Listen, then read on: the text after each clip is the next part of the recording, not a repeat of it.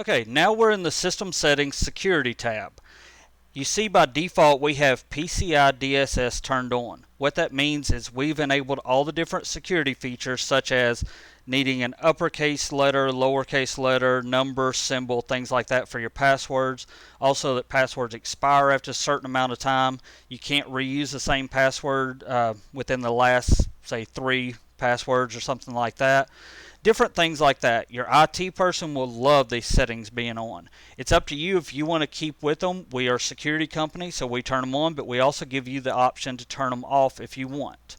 You see right now that default password is 7 characters long, has to have lowercase, uppercase, numerical, and special character. It is also set to expire after 90 days. You'll get a notification 7 days prior to that. Under password history, you can't reuse the same as previous 4 passwords. Password reset, failed security answers. If you put in the wrong thing 3 times in a row, it's going to do the password reset delay for 24 hours. So a lot of different security features here. Login protection, if you log in 3 times in a row wrong, it's going to lock it for a little bit. So you've got all these options. It's up to you if you want to use them or not. Same thing for account inactivity. If you haven't used the password or login for 90 days, it's going to lock it, and an administrator would have to go in and unlock that. Session inactivity, I like to leave this on whether you turn the security on or off. This logs you out after 60 minutes of inactivity. You should always log out when you leave your computer, but this way would do it automatically for you.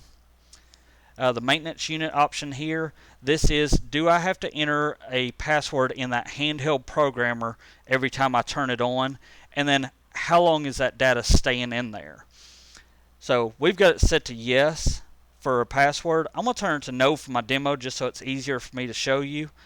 And then the data I can leave in there for 1 day. I'm going to crank it up to 7 just in case. That way when I send the data to the handheld, it stays in for at least 7 days.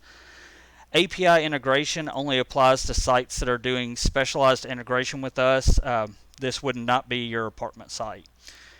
And then lock access is a new option down here that we have.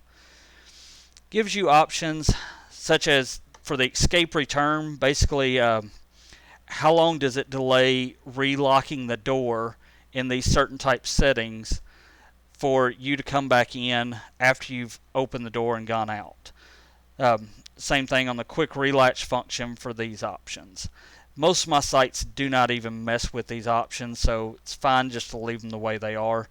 Disability mode, you can set an extended delay. By default, we have it for 15 seconds. If I put display disability option resident management, when you assign a person to an apartment unit, you can click that disability option. What it does, it gives them an extra 15 seconds of unlock time on certain doors. This is just your hardwired card reader style doors, not the regular apartment doors. But that's the one that really matters on, so they can read their card, possibly wheel the wheelchair out of the way, and then come in through the door. And then when we get to talking about the Rack 5, the unlock delay for 4 seconds, that's sitting there as the default. So that's all the options in security settings under system settings. Thank you.